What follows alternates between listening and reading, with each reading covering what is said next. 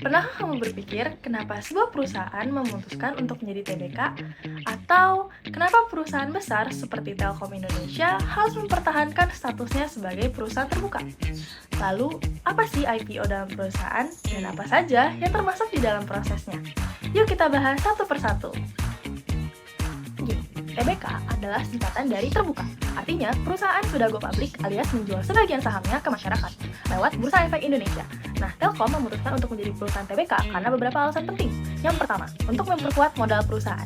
Dengan menjual saham ke publik, Telkom bisa mendapatkan tambahan dana besar untuk membiayai ekspansi, pengembangan teknologi, dan perluasan jaringan telekomunikasi di seluruh Indonesia. Yang kedua, meningkatkan transparansi dan kepercayaan publik. Sebagai perusahaan BUMN yang besar, Telkom ingin menunjukkan bahwa mereka dikelola secara profesional dan juga terbuka. Dengan status TBK ini, Telkom wajib melaporkan kinerja keuangannya secara rutin dan bisa diawasi oleh investor maupun masyarakat. Yang ketiga, yaitu meningkatkan nilai dan daya saing perusahaan. Dengan terdaftar di bursa, Telkom bisa menarik investor asing, memperluas jaringan bisnis, dan memperkuat citra merek di dunia internasional. Nah, secara sejarah, Telkom Indonesia melakukan IPO atau penawaran saham perdana pada tanggal 14 November 1995. Saat itu, pemerintah Indonesia melepas sebagian sahamnya ke publik melalui Bursa Efek Jakarta dan Bursa Efek Surabaya, yang sekarang dikenal sebagai Bursa Efek Indonesia. Selain dalam negeri, saham Telkom juga dicatatkan di Bursa New York dalam bentuk American Depository Shares dengan kode TLK. Langkah ini menjadikan Telkom sebagai perusahaan BUMN pertama di Indonesia yang melantai di bursa internasional. Dengan kode saham TLKM ini, siapapun bisa membeli saham Telkom, baik investor lokal maupun global. Itu berarti sebagian kepemilikan Telkom juga dimiliki oleh masyarakat umum, bukan hanya pemerintah. Sekarang aku mau jelasin tentang IPO atau Intel Public Offering di Bursa Efek Indonesia. Pakai contoh yaitu PT Telkom Indonesia Tbk. Di mana IPO itu proses ketika perusahaan pertama kali menjual sahamnya ke publik lewat Bursa Efek, dan langkah-langkahnya cukup panjang, total ada 13 tahapan. Di mana langkah pertama itu adalah persiapan awal dan dokumen. Di mana tahap ini Telkom menyiapkan semua laporan keuangan yang sudah diupdate, bikin prospektus awal dan menunjukkan penjaminan emisi, yaitu perusahaan sekuritas yang bantu proses IPO. Misalnya, waktu itu Telkom bersama dengan Danereksa Sekuritas buat jadi underwriter. Terus yang kedua, penyampaian permohonan pendolan ke KBEI dan pendaftaran saham ke KSEI, di mana Telkom mengirim surat resmi ke Bursa Efek Indonesia dan juga mendaftarkan sahamnya ke KSEI, supaya nantinya saham bisa disimpan secara elektronik. Ini adalah langkah administratif tapi penting banget.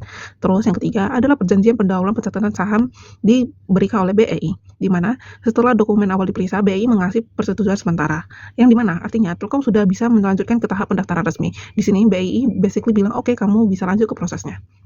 Yang keempat, penyampaian pernyataan pendaftaran ke OJK, di mana Telkom lalu mengirimkan semua dokumen ke otoritas jasa keuangan untuk ditinjau isinya laporan keuangan, struktur perusahaan, dan prospektus awal supaya regulator tahu kondisi perusahaan secara menyeluruh. Langkah kelima itu izin publikasi prospektur, di mana OJK mengasih izin Telkom boleh mengumumin prospektusnya ke publik. Prospektur ini isinya itu informasi lengkap tentang perusahaan dan rencana penggunaan dana hasil IPO. Terus langkah selanjutnya, mengumumkan prospektur hingga di surat kabar, di mana Telkom pasang pengumuman di media massa, misalnya di Kompas atau Bisnis Indonesia, biar masyarakat tahu bahwa mereka akan buka penawaran saham. Ini penting banget untuk transparansi ke publik. Terus selanjutnya, penyampaian informasi harga dan keterbukaan lain ke OJK. Telkom dan underwriter mengasih kisaran harga saham yang akan dijual, misalnya dari 2.000 sampai 2.500 per lembar, dan juga info tambahan tentang struktur penawaran. Selanjutnya langkah ke-8 itu pernyataan efektif tentang OJK. Nah, ini momen penting, di mana begitu OJK memberitahu pernyataan efektif, berarti Telkom secara resmi diizinkan buat jual saham ke publik.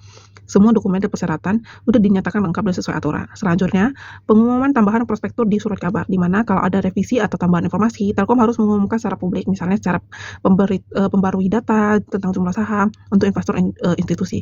Terus selanjutnya penyampaian permohonan pencatatan saham ke BEI, di mana Telkom lalu mengajukan permohonan resmi ke BEI supaya sahamnya bisa masuk ke daftar perusahaan yang diperdagangkan di bursa. Selanjutnya itu adalah penawaran umum saham ke publik. Inilah saat masyarakat bisa beli saham ke Telkom untuk pertama kalinya. Waktu itu harga akhirnya ditetapkan sekitar 2.050 per lembar investor, di mana investor juga mulai pesan saham lewat underwriter dan bank-bank penjualnya.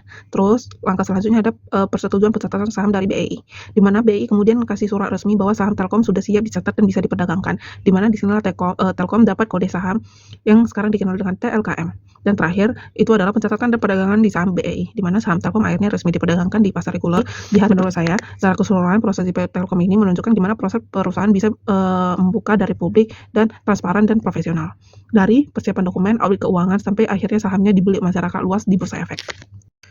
Jadi, Sekarang kamu tahu ya, perusahaan dari TBK bukan cuma biar keren, tapi biar bisa tumbuh, transparan, dan dipercaya publik.